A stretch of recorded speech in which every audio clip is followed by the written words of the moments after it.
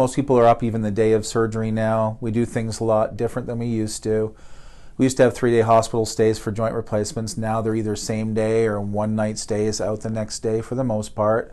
If people are having trouble, we don't kick them out the door. We keep them as long as we need to. But the vast majority of people are out same day or day after.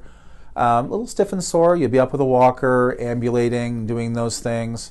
By 2 weeks, most people come in here, no cane, no walker. They're stiff, a little stiff, but not too sore and doing okay.